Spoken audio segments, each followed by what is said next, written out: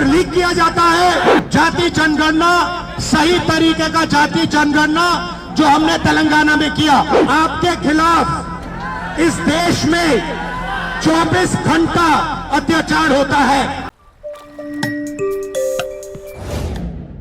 देखिए, दलित, पिछड़ा वर्ग, अति पिछड़ा वर्ग, आदिवासी वर्ग, आपके खिलाफ इस देश में 24 घंटा अत्याचार होता है। आपको दबाया जाता है, आपको शिक्षा के सिस्टम में रोका जाता है, आपके खिलाफ पेपर लीक किया जाता है और आपके करियर को रोकने के लिए, खत्म करने के लिए किया जाता है। हमने 3 मांगे की हैं। सबसे पहले जाति जनगणना, सही तरीके का जाति जनगणना जो हमने तेलंगाना में किया। दूसरी बात,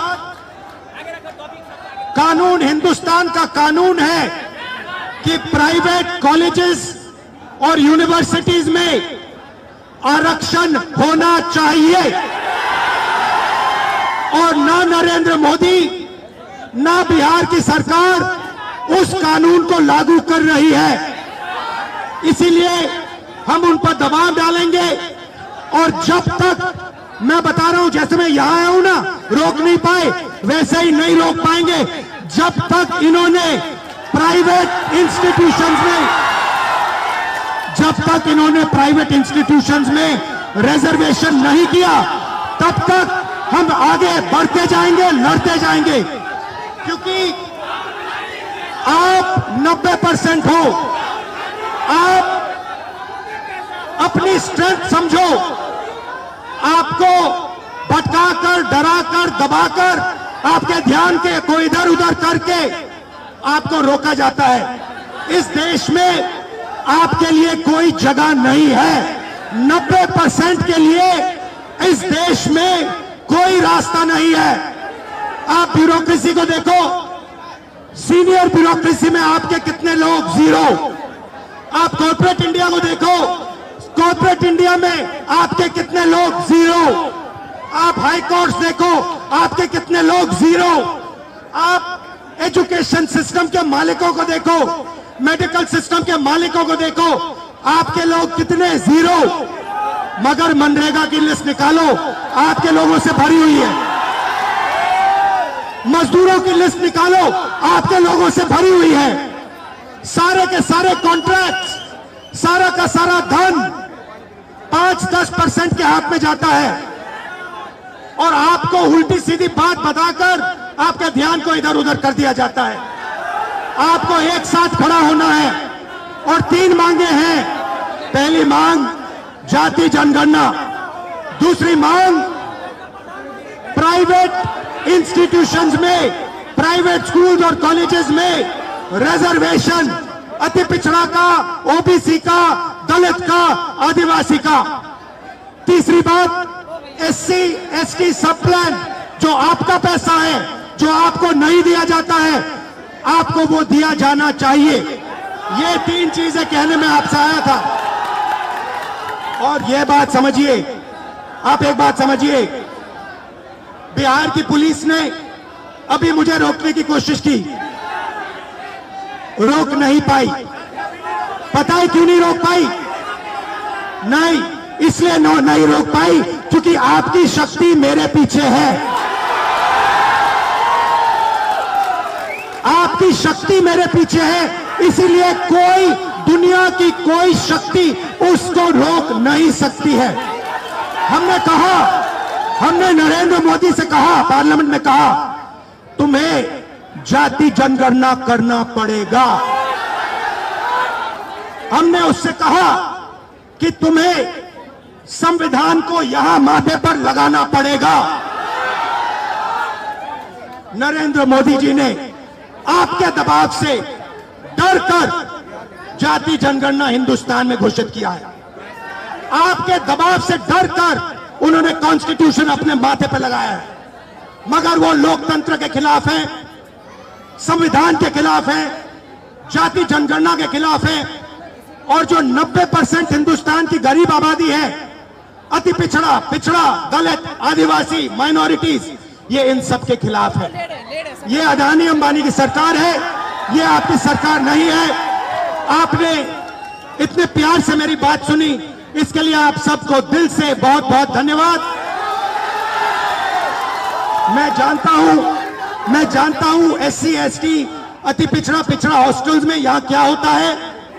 मैं आपको गारंटी देता हूं, जैसे ही हिंदुस्तान में सरकार आएगी, जैसे ही बिहार में हमारी सरकार आएगी, हम ये सारा का सारा बदल देंगे और आपके लिए जो होना चाहिए वो करके दिखाएंगे। आप सबका बहुत बहुत धन्यवाद। हम में से कोई बोलना चाहता है? आ जाओ।